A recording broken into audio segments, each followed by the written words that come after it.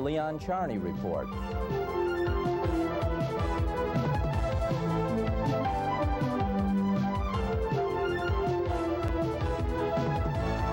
And now, here is your host, Leon Charney. Welcome to another Leon Charney Report. We are again in Jerusalem, and guess where? We're at the Jerusalem Post, the headquarters of the largest English-selling newspaper in Israel. Well, there is another one today. We'll talk about it.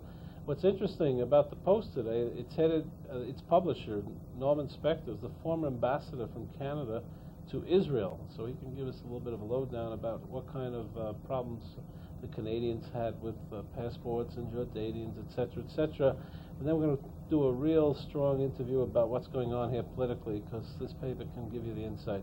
Norman, welcome to the show. Thank you very much. Good to be with you. My people tell me in the street that there's a very strong feeling of depression and discontent in this country, that they feel that the government is basically not operating well, and the new law that has direct election of prime minister has had a negative effect on this country.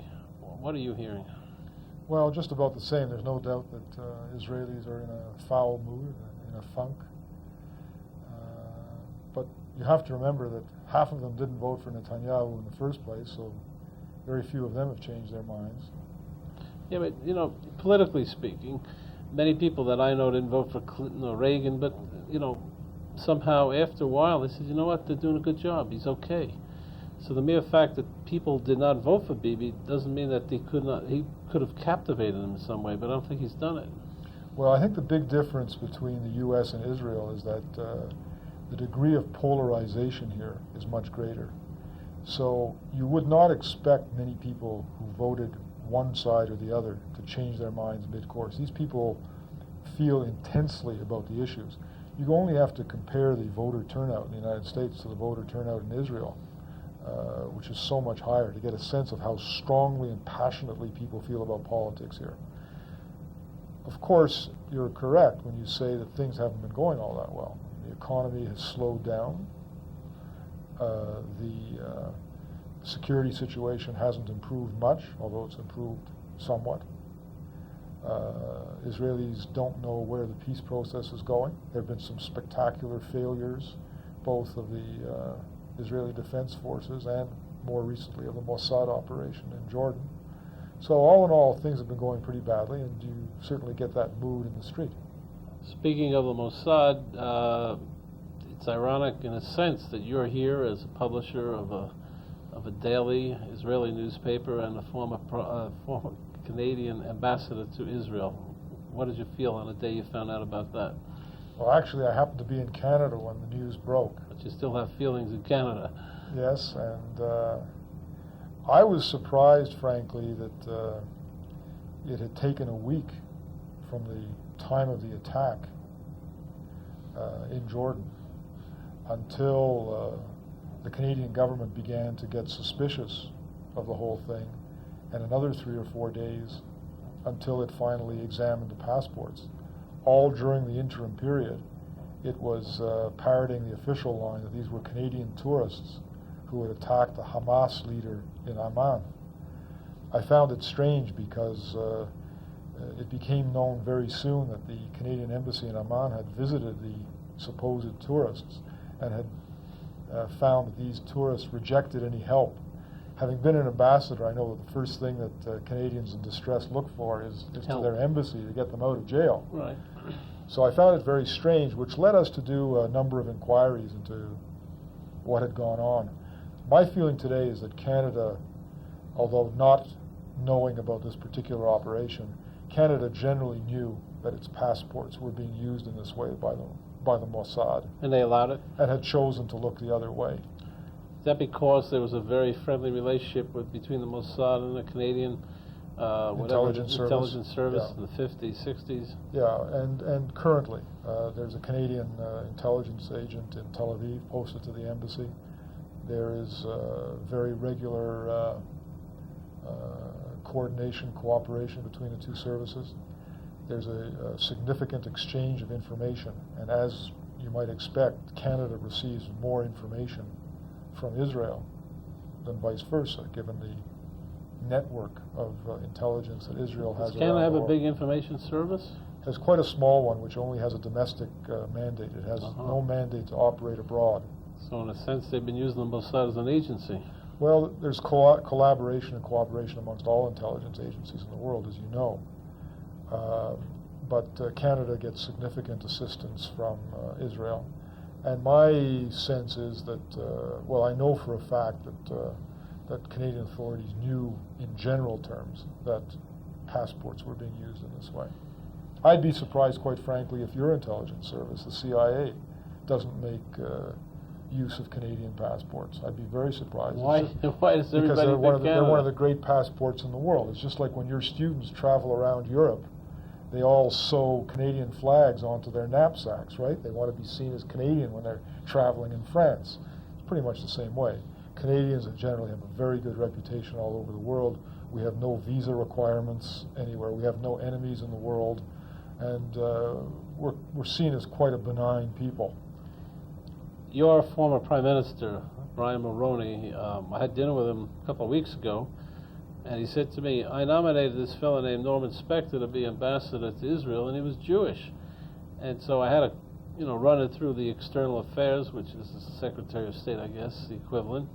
And he said, lo and behold, there were some objections. And because there were objections, he says, I made sure he got the posting. Why did he do that? Well, for many years, Canada had a policy not to send any Jew to serve in Tel Aviv, not simply as ambassador, but at any level in the embassy. Mm-hmm. And quite frankly, I think it was a legacy of view that Canadian Jews could not be loyal to Canada while serving abroad.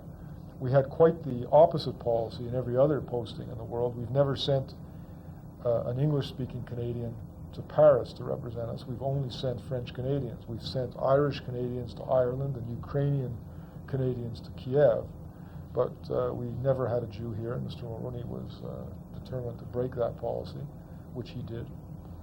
He also told me something else. He said, were I to be, or was I the Prime Minister at the time that the Mossad agents were found to have Canadian passports, he says, I'd make no fuss about it. The relationship with Israel is great. Maybe it's confirming what you're saying, and what's a few passports? Well, maybe he knew about it in general terms. He did? In general terms. Possibly. Again, not Can we get a scoop out of you at the Jerusalem Post about Mulroney knowing about Canadian passports? I just said maybe. I just know that I know that Canadian authorities, including people at the embassy, knew in general terms that Canadian passports were being used in this way, and they've known it for many years. How does a man come from being an ambassador from Canada to a resident of Israel, a citizen of Israel, resident, and a publisher of an Israeli newspaper? Well, it's quite a shift. And I have to tell you, after being in public service for 25 years, having the scars to show for it, it's a heck of a lot more fun on this side of the printing press than on the other side. I would second that. I had a couple of years in Washington, and I used to go back to my law office in New York and call it relaxation when I got away from the government. Correct. Yeah, and the reason for that is, maybe you disagree, but there's never closure when you're in public service. It just keeps going on and on. That's absolutely right. And you don't get that real satisfaction. There's just an intensity that there isn't in the private sector. Secondly, you have the camera when you're in government staring at you all the time. Whereas in the private sector, I always find it interesting to hear presidents of large corporations lampoon politicians and criticize them for being dunderheads and not knowing how to manage, etc. And I always find it interesting to see the few times that they are on camera and see how they perform. It's quite different. It's quite different. Do you get lobbied a lot by the political people in this country now? We hear from them considerably. Sometimes they like what we're writing. Sometimes they don't like what we're writing. They're particularly sensitive to what we write because we have an influence that goes well beyond Israel, being in the world's international language. We know that Arafat reads our paper Probably before every he embassy in the world that's interested in the Middle East reads your paper. We know that from the American side. Also, you're tremendously strong on the internet.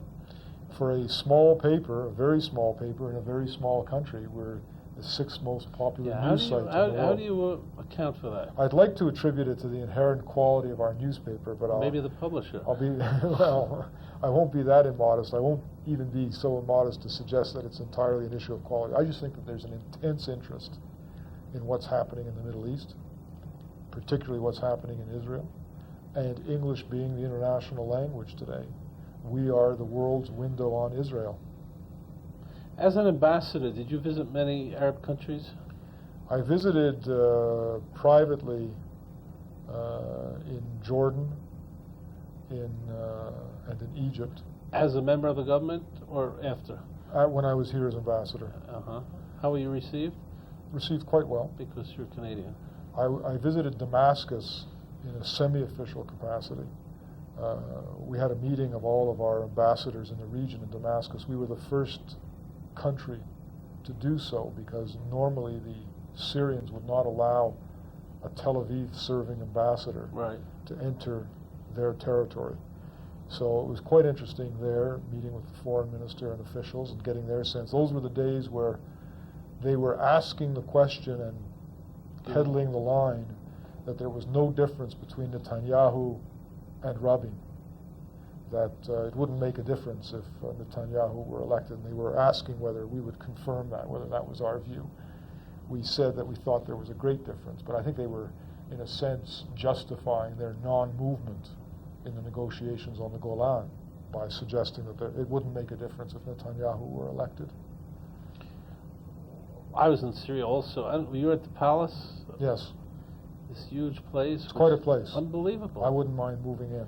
Well, it's as bigger than a Canadian football field. He only uses it for official functions. I know. And until you walk across, you can use shoe leather up. It's unbelievable. Yes, it's quite impressive. He must be very much loved by his people. Primakov is in town today, the foreign secretary, foreign minister of Soviet Union, Russia. I met him when he was a KGB operator. I think he was head of the KGB. Speaks very good English, knows the game. Speaks Arabic. Speaks Arabic. Is he a player in the Middle East? He wants to be. I know. Is he? No, I don't think the Russians are a player in the Middle East. I think there's only one player in the Middle East, and that's the United States.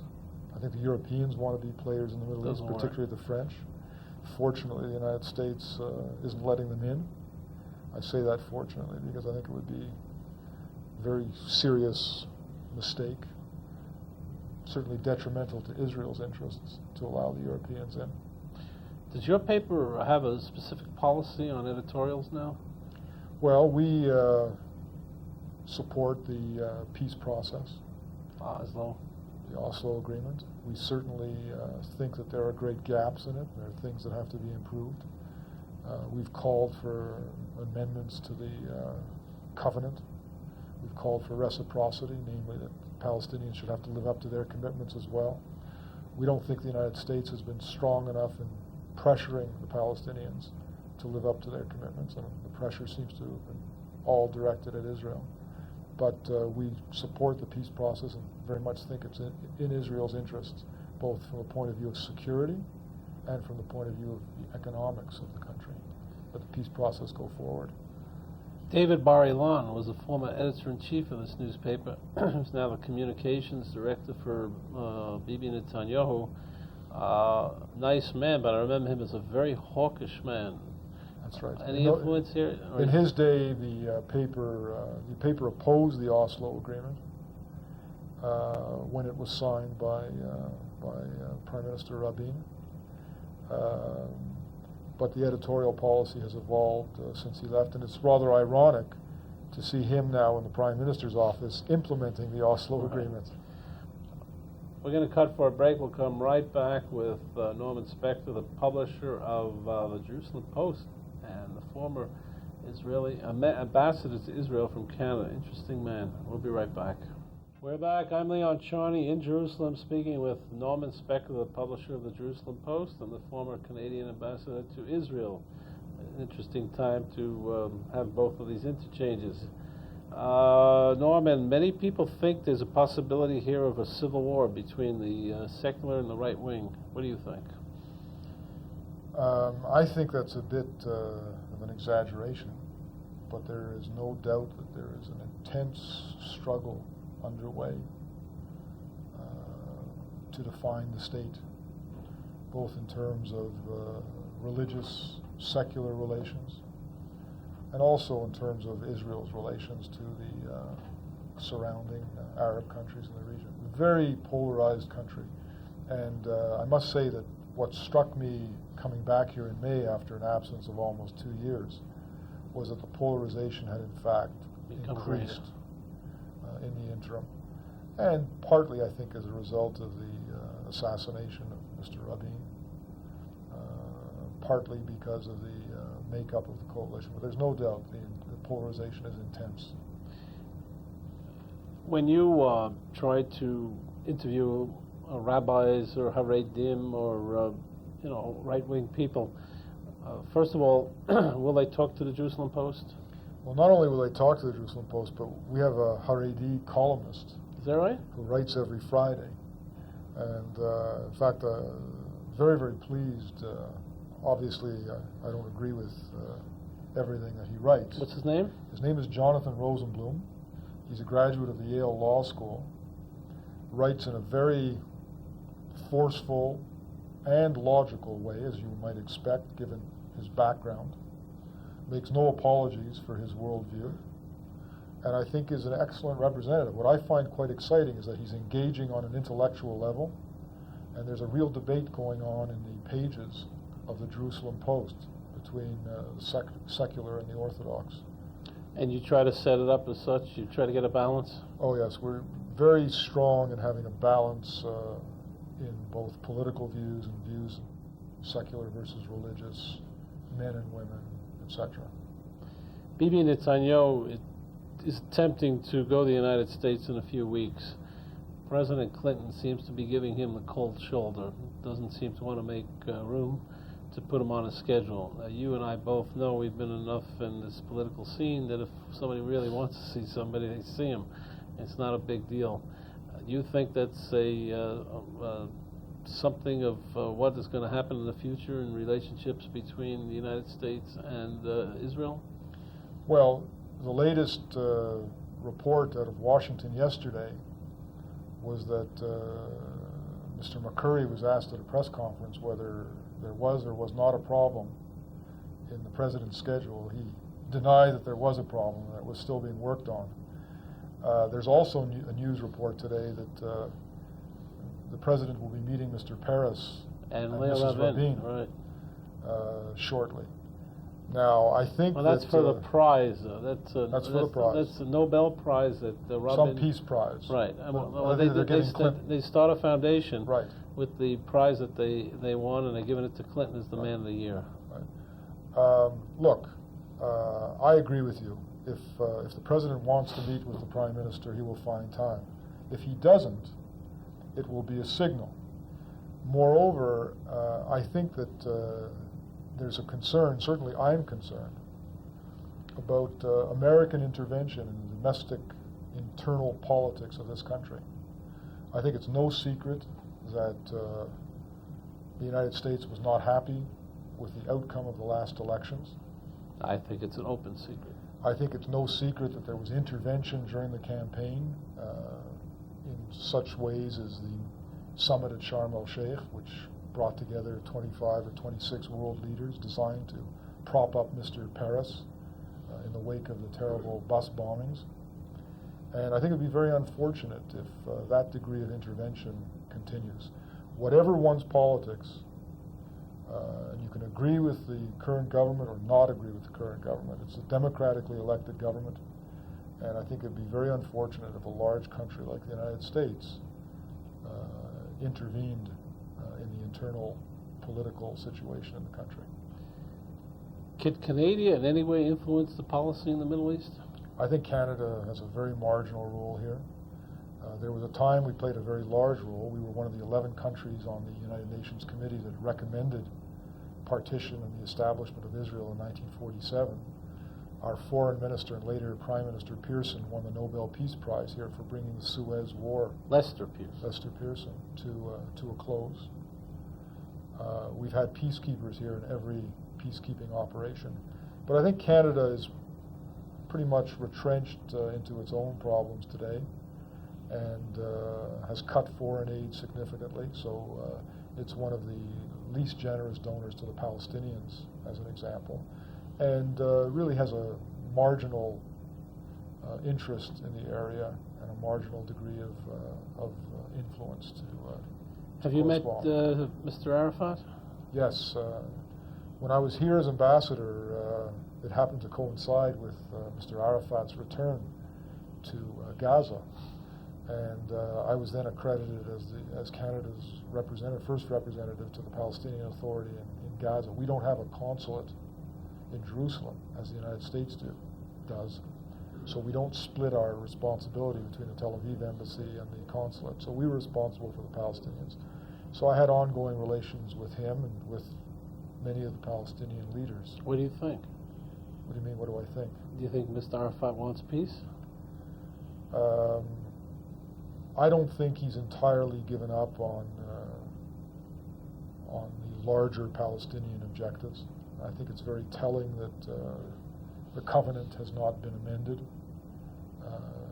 despite the fanfare that took place. Another example of American intervention, frankly, the coordinated campaign between the United States and Mr. Peres to, I think it was called the most significant event in 100 years of Zionism. Right. And the Americans said amen to that, only to come out a couple of days later, and the Palestinians were quite clear that they had not amended it. They had merely frozen it. But you've had an unusual perspective, and in your capacity both as ambassador and now as an Israeli publisher, it's a unique position. And so you've dealt with Arafat. Everybody will ask the same question. It's a mundane one, but could you trust him? Well, I think in the final analysis you have to depend on deeds, not words, which is why, again, I think it's so important that Mr. Arafat's feet be kept to the fire to live up to commitments, not only with respect to the covenant, but he's also committed to disarming the Hamas. He's committed to a lot of things, and I think it's a great mistake for the world to establish a double standard, that Israel has to keep its commitments and the Palestinians, as the weaker party, don't. Secretary of Schultz, your Secretary of State, George Shultz, was right when he said words matter in the Middle East. There's a tendency in the West. First of all, there are very few Westerners who speak Arabic, who understand Arabic, who deal with the ordinary Palestinians in the street. There's a tendency to sort of look at what the Palestinians say as simply being rhetoric. It doesn't really matter what they say. That's not true. It matters a lot. It matters a lot. Arafat has two lines, one in Arabic and one in English, Absolutely. and they're very different. Absolutely. There are people in this country that track him all the time, by the way. Absolutely. It's very important. A successor to Arafat, anyone that you met on the horizon that you think could take over? Well, I think generally it's assumed that the contest will be between Abu Mazen and Abu Allah, and I think they're both capable individuals, and the Palestinians will do well by either of them. I had Hassan Rahman on my show, who's the ambassador. Also to Canada. He used to be accredited to Canada as well as Washington. He used to come up to Canada once a month. Yeah, he's been all over the place. An interesting guy. In any case, I asked him one day why the Palestinians did not knock out the covenant. He said, well, it's very hard to get a meeting together of 100 representatives. I said, I'll get a Jewish group. I get the Bronfmans out of Canada, and I get the Lefracks out of New York, and the Tishes, and I bet you they'll fund the trip. And he just laughed. And it's a stickler, and it's meaningful, and it's still, it's something that anybody who doesn't want to see the peace process roll forward can use as a sticking point. And I don't understand it. The American policy was that, and I think it's a terrible mistake. I think the real friends of the peace process would demand that it be changed. I don't think it's the enemies of the peace process who would demand it. I think those who demand that the covenant be changed are those who want to see the peace process succeed. Do you not deny, I mean, do you think that it is not a policy of Bibi Netanyahu to kill the Oslo agreements? Yeah, I don't think he wants to. First, certainly, I don't think he wants to kill the Oslo agreements. I think he understands that Israel has no better alternative than the peace process unfolding. Now, can he carry that through? He has great difficulty there, and I think if the process continues in a positive direction, at some point it would require a national unity government in Israel to make the degree of concessions that will be required to reach an agreement with the Palestinians. We're not at that point now because there are still many stumbling blocks to Israel getting to the point of having to make those concessions. We interviewed Ruby Rivlin, who's a member of Knesset, right wing. He's been on our show many times. He told us that if an airport were granted to the Palestinians in Gaza, that would be significant because it would be the beginning of recognition of a Palestinian state.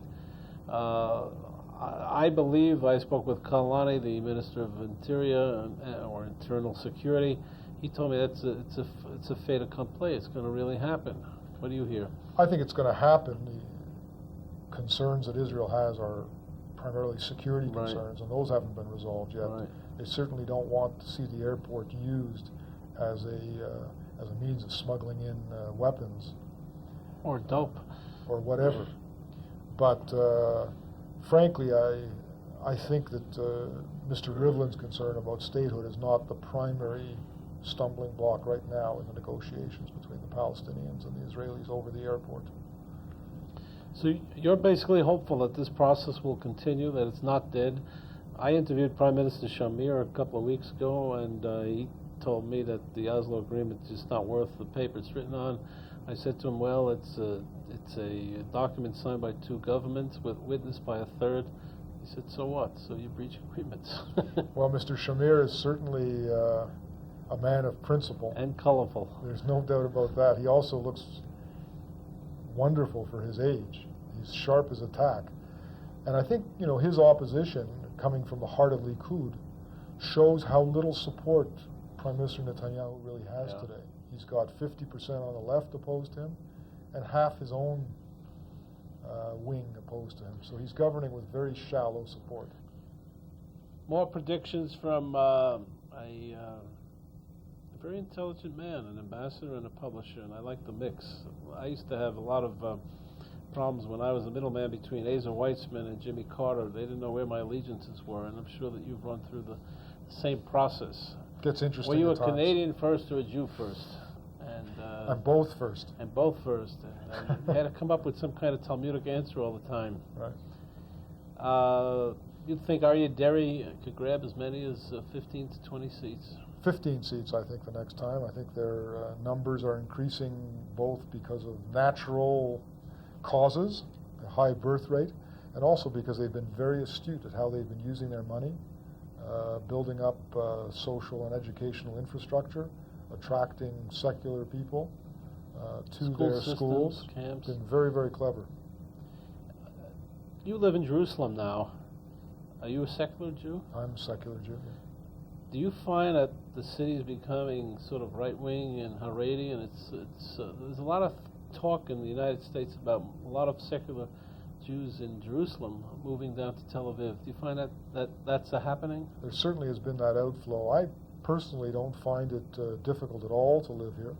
I think with a minimum of mutual respect, it's still a very livable city, and the incidents are quite isolated, and it still is one of the most beautiful cities in the world.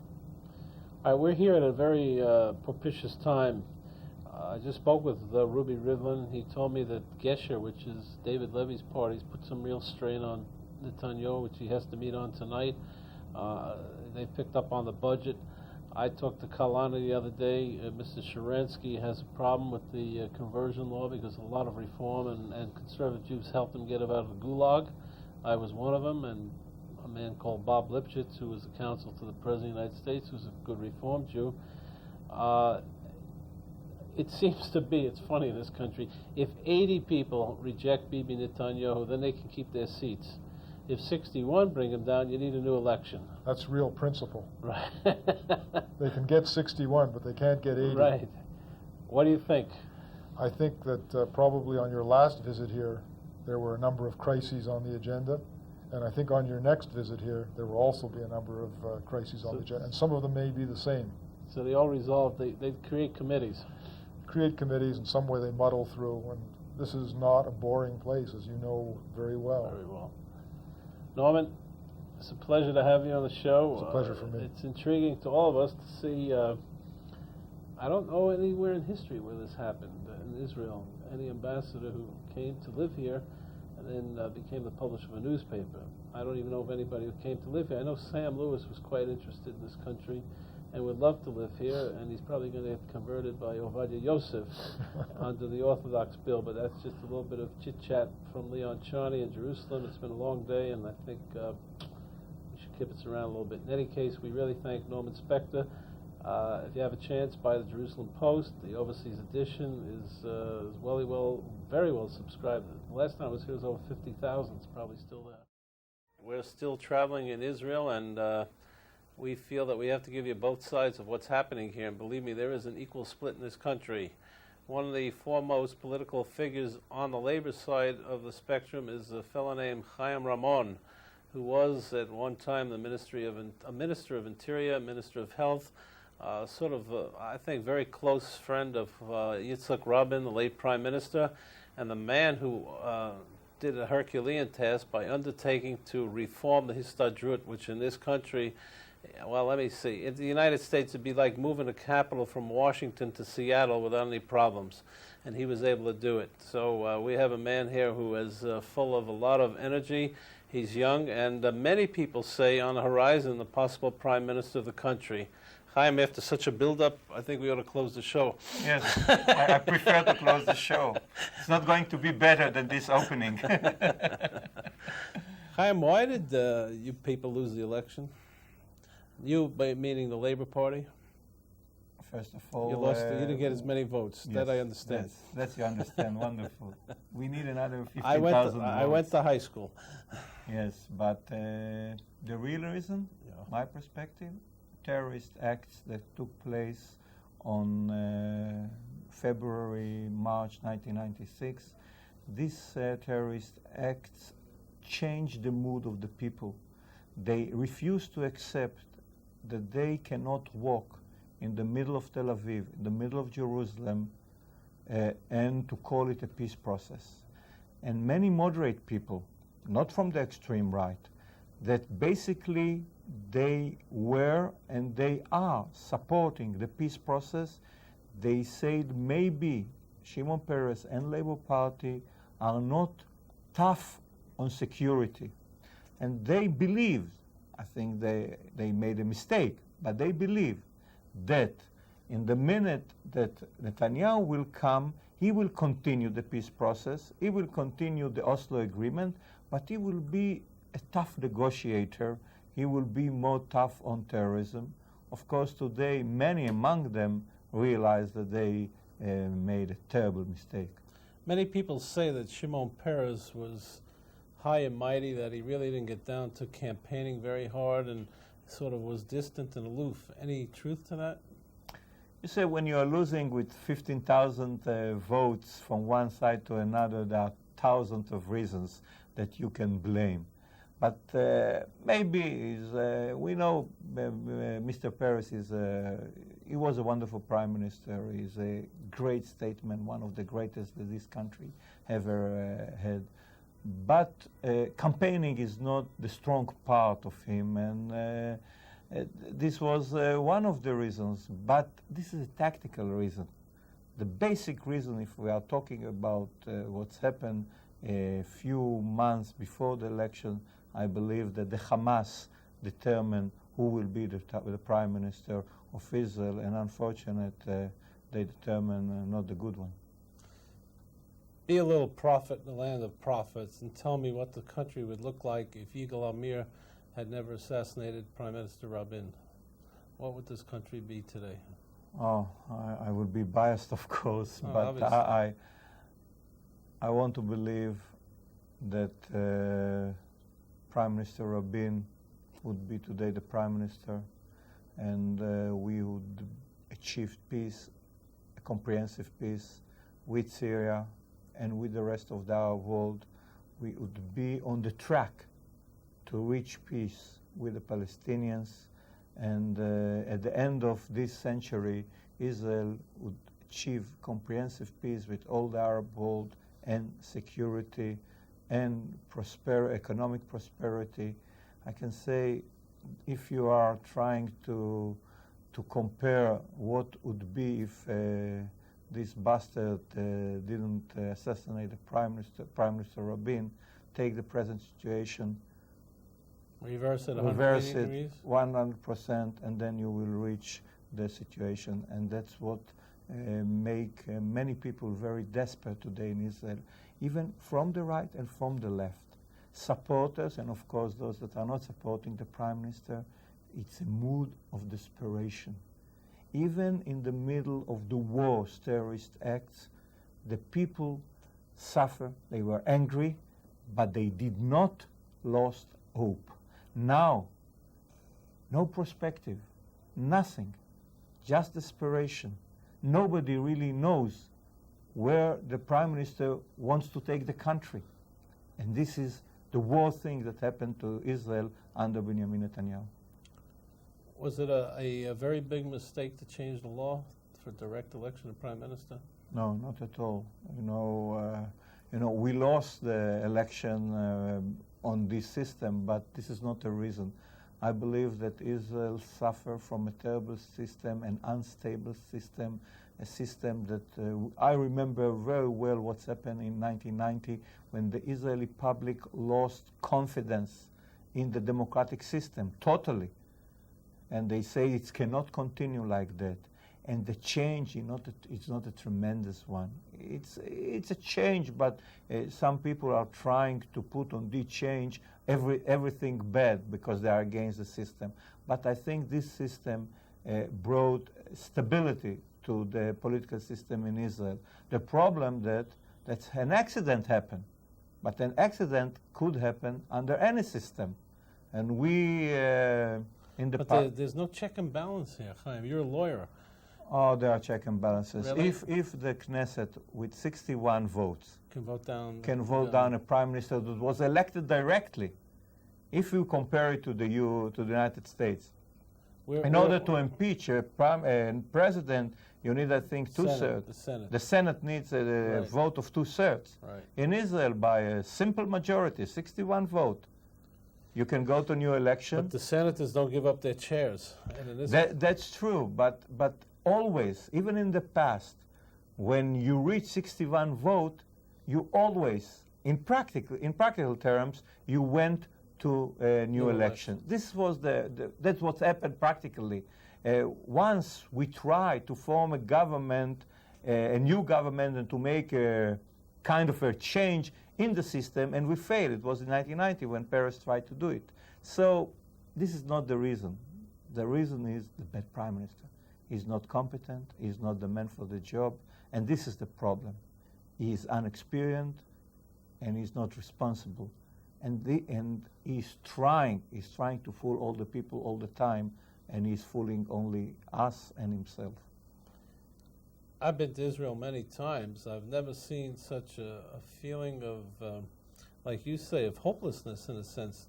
They don't talk about future here anymore. People talk about, will Israel survive? I mean, you hear lexicon like this, language like this, which you would never believe, right? Yes, but I must be more optimistic. Israel we are will strong. survive. We are strong enough. We survive a lot of troubles in Israel. We will survive this prime minister as well. Israel is stronger than Benjamin Netanyahu. We are suffering a lot of bad things, and the situation politically, security, the Israeli-Arab peace process is in trouble. The economy is in trouble. Everything is going wrong. But the country and the people will overcome this prime minister, and we are stronger than this prime minister. The problem with this prime minister that I'm talking from of course, the perspective of the opposition, but I must tell you, what I'm saying is polite words compared to what is ministers in the cabinet are saying, and I'm blaming them more than Netanyahu. Netanyahu, from my point of view, he is living in a virtual reality. He is living in his own world, like a blind man. When a blind man is tackle a wall, you're not blaming him. But those people that it's clear to them, and they are saying that this is going for maybe a disaster, maybe a war, maybe a bloodshed, and they are going with them, and they are not doing anything because of selfish interests. They are bearing more responsibility, from my point of view, than Netanyahu himself. It's true what Haim Ramon is saying, because I've met with some ministers in the Netanyahu government, and they are very, very unhappy with their prime minister. Unfortunately, or fortunately, I don't know, we're not getting involved in internal politics here. They don't make the move, and the country feels, in a sense, aimless and leaderless. We're going to cut for a time out, and then we'll come back with Haim Ramon. We'll ask him how he feels about the Palestinian issue, Oslo agreements, the strength of the Labor Party, and Bill Clinton. Why not? Let's talk about the United States, see how far Mr. Clinton should be involved in the peace process. We're back. We're speaking with Haim Ramon, who's one of the leaders of the Labor Party, and he was smart enough not to run in the primary campaign. A fellow named Balin, who was Yitzhak Rabin once called him the puppy, I think, of Shimon Peres. In any case, he's the progenitor of a lot of the peace process movements. Ran against Barak, didn't come near him, and Sneh, and a fellow named Shlomo Ben Ami ran, 4 of them. People thought that Haim Ramon would run, but he didn't. He stayed behind wherever he did, and he's still in the Labor Party. I think many people consider him number 2 in the Labor Party today, but that's my own supposition. Chaim, it doesn't matter if you're number 2 or number 3. Number 1 is the one that counts. You're absolutely right. No doubt about it. The Labor Party in the United States... number 1, you are not a number. That's right. Many people in the United States feel that the Labor Party, or Ehud Barak, your leader, was not very gracious to Shimon Peres. Here's a man who did so much for the country in defense and statesmanship, We know his history, and he's well revered all over the world. I mean, everybody loves Shimon Peres. I was sitting with Brian Mulroney, the former Prime Minister of Canada, at a private dinner, just 4 of us, and his wife said to me, I've seen your show, and I like your show. The one show I'd like a tape of is your interview of Shimon Peres. He is my political hero. Now, Ehud Barak, couldn't he find a little space in the Labor Party for him? And I know Shimon Peres, and you know Shimon Peres. This guy could rise from nowhere under your law, by the way, because direct election of Prime Minister. Yes, I think it was a mistake. I told Ehud Barak when this issue came to a debate in the Labour Party convention, I thought that he has to be nominated as the president for honorary, and that was the issue of the Labour Party. As you gave one example, I can, from my own experience, all around the world, I can give you hundreds of examples that Shimon Peres is a hero of many, many people. I think he is one of the most respected statesmen and politicians in the world today. Very experienced, and most of it, he is with all his energy. And it was a mistake not to involve him in the Labour Party now as in an official, not an active one, but an official job, and to honorary what he did for the Labour Party. I thought it was a mistake, but I think it's one of the mistake because Ehud Barak, he just came to politics. Inexperience. And he's inexperienced, and he's making some mistake of that. He has his own advantage and some of his failures, and because of this failure of inexperience in politics, and with Shimon Peres, he made this mistake. I'm afraid, and I'm saying it clearly, and I told it to the Ehud Barak and Shimon Peres, that Shimon Peres could rise again, and they will compete one against the other. And instead that we all will run against Netanyahu or against the right-wing candidate. He would splinter off. Split the effort. And we have to concentrate and we have to mobilize. By the way, have you confronted Shimon Peres with that thought? Have you told it to him? Or have you asked him? In 4 eyes, Well, tell us in 6 eyes now. No. I never did it. But you smell it. It's a danger. To define, at least it's a danger. Yossi Beilin still as close to Peres as he once was, or he sort of broke off and in a friendship way, but started to build his own camp? I think he started to build his own camp. I'm a very good friend of Yossi Beilin. He ran against Ehud Barak in the primaries. He's independent, and I believe that he's a big boy now. So if you said that to Beilin tonight and said, you know, Shimon could run from... he will agree with me. He would agree. That's a potential danger. He would agree. For I'm not objective. It's a potential danger because we have to mobilize all our power and all our energy, and most of all the people against the right, against Bibi Netanyahu, to change power.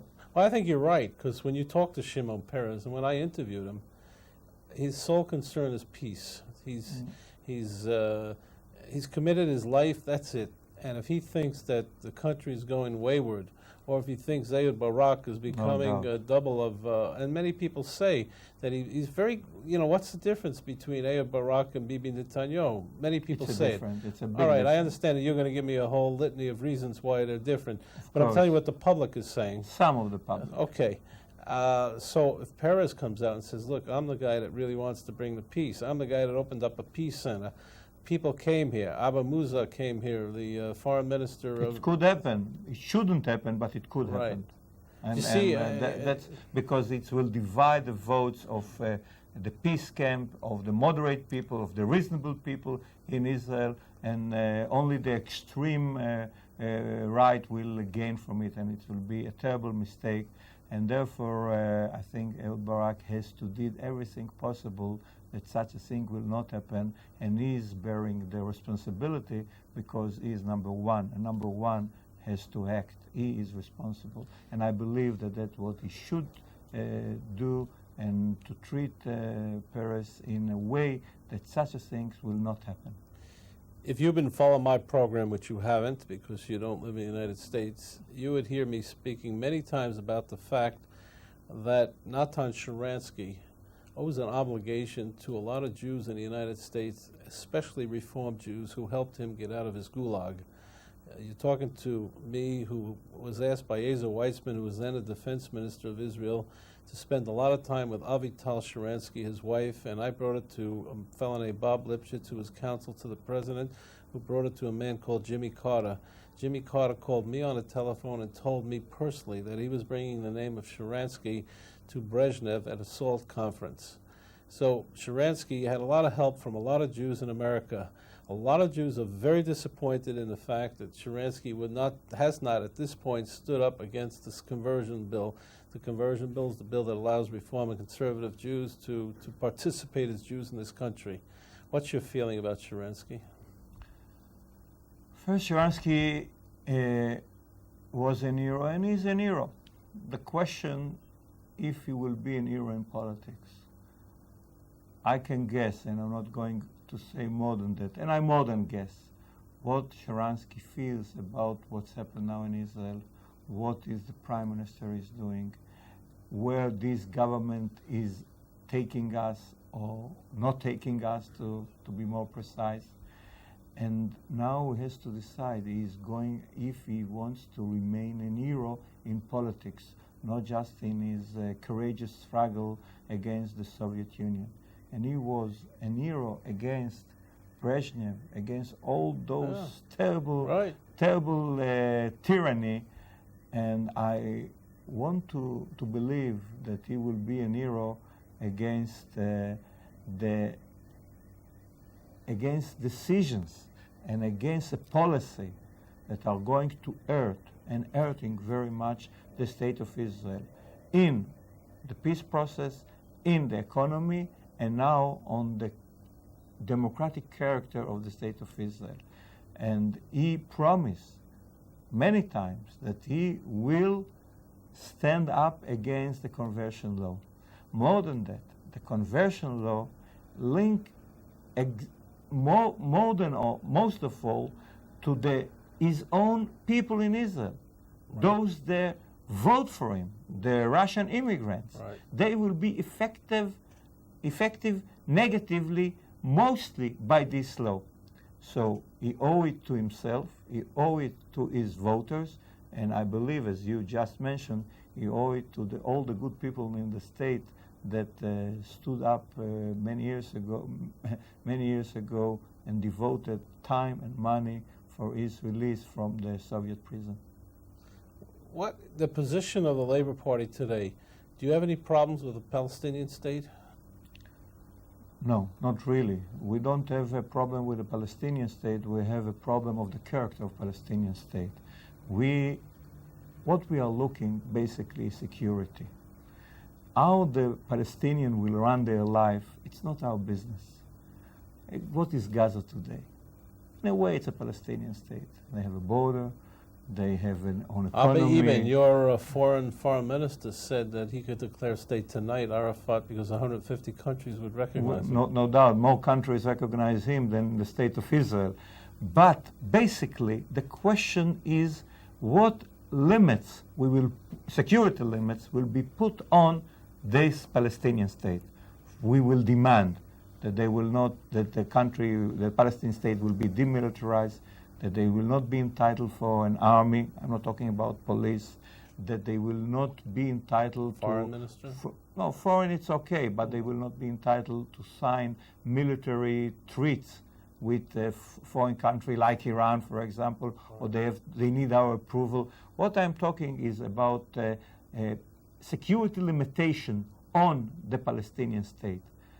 This is not how they will run their life, a Palestinian state, a confederation with Jordan. It's not our damn business.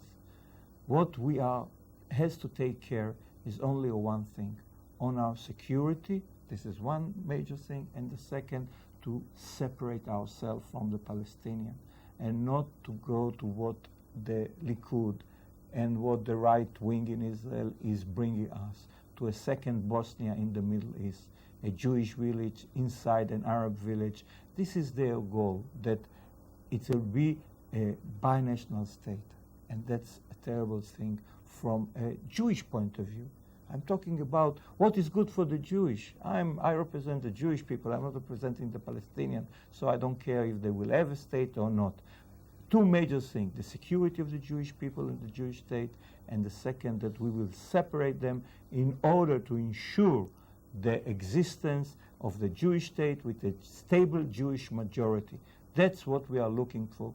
Therefore, and this is the only reason why we are ready to give up land of the Eretz Israel, the historical Eretz Israel, because a Jewish state is more important than the size of the land. And we are now it's a terrible conflict. We have to prefer the Jewish state on all the land of Israel. Some people prefer Eretz Israel Hashlema, Greater Israel, on a Jewish state. And that was the debate in 1948 when Ben-Gurion established the state. That's what Ben-Gurion said in the Knesset against Menachem Begin, and that is the real dispute today in Israel. What we have to prepare, Gaza as an undivided part of the state of Israel, as Benny Begin is saying today, or we have to say we don't need Gaza. Gaza is a disaster if we will annex it to the state of Israel. What about Jerusalem? Jerusalem has to remain united under Israel's sovereignty. Under this religious sites you can under this major principle, we can be very creative, and we can find solutions that will symbolize the linkage of Christians and Muslims to the city, to the holy city of Jerusalem. We can find ways, but Jerusalem will remain united under Israeli sovereignty. Does the Labor Party have a plan for creativity with Jerusalem? I believe that during negotiation we will find all the creativity, minds. But there's nothing in the pipeline right now. It's nothing in the pipeline. There are not hundreds of plans about Jerusalem. But I'm saying that the major principle is that Jerusalem will remain united under Israel's sovereignty. And after the Palestinians will accept it, not the euro, they will not accept the euro, but I have no doubt they will accept it de facto. After they will, when they accept it de facto, we can find ways that they will find also their satisfaction. Just one of them, we are talking about Abu Dis. Abu Dis is near Jerusalem. Yeah, we filmed it yesterday. Yes, near Jerusalem. It's part of the Palestinian Authority. It's Area B today. That can be Capital. a capital, El-Quds. I can think about dozens of solutions. But to keep and always stick to the principle that that Jerusalem will remain united under Israel's sovereignty. Haim, we're out of time. Thank you. It was a pleasure. If you're in New York, come visit us. I would like to. We hope that the mood and the appetite for peace moves forward in this country, both Likud and Labor, and we hope you're one of the people that can accomplish that. I will try to do my best.